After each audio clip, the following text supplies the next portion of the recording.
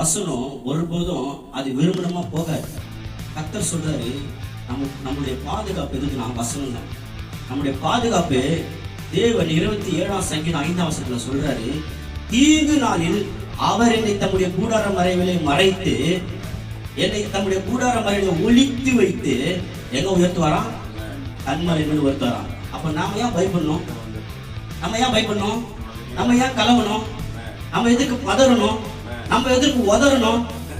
ஏன்னா நம்ம பதறவும் கூடாது, உதறவும் கூடாது. ஏன்னா நம்ம அவருடைய கூடார மறைவில் என்ன பண்ணிருக்கோம்? அவர் நம்மள மறைச்சிட்டு கொண்டிருக்கிறார். அல்லேலூயா.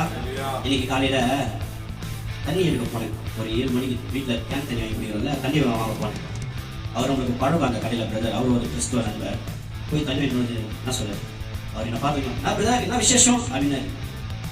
நான் யோசிக்காம டப்புடி என் உள்ளத்துல வந்து வார்த்தை புறப்பட்டுச்சு, நானே ஒரு விசேஷம் தான் பிரதர் அப்படின்னேன். ஆனா நான் யோசிக்காம தப்புன்னு வாயில வந்துச்சு. அவர் ஒரு என்ன பாக்குறாரு, திருப்பி சொல்ற பிரதர் நானே ஒரு விசேஷம் தான். ஏன் நான் விசேஷம் தான்? இவ்வளவு நாளா வாழ்ந்துருக்கிறேன், அதுவே ஒரு விசேஷம் தான். எவ்வளவு போராட்டம், எவ்வளவு பாடு, எவ்வளவு உபத்திரவம், எவ்வளவு பிரச்சனை எல்லாத்தையும் கடந்து வந்து நின்றுட்டு இருக்கிறேன்ல. அப்ப நான் யாரு? விசேஷமானவன் தான் நானு. ஏன்னா அவருடைய மறைவிடத்துல தான் இருக்கிறேன். அவருக்குள்ள தான் ஒளிஞ்சிருக்கிறேன். நான் ஏன் கிளம்பணும்? நான் ஏன் பயப்படணும்? அப்போ எனக்கு ஒவ்வொரு நாள் எப்படி விசேஷமான நாள் தான். நான் விசேஷமான ஆள் தான். நான் மட்டும் இல்ல, நீங்களும் விசேஷ நாள் தான். யாரெல்லாம் நம்புறீங்க? நம்புறவங்க அல்லேலூயா சொல்லி பார்க்கலாம்.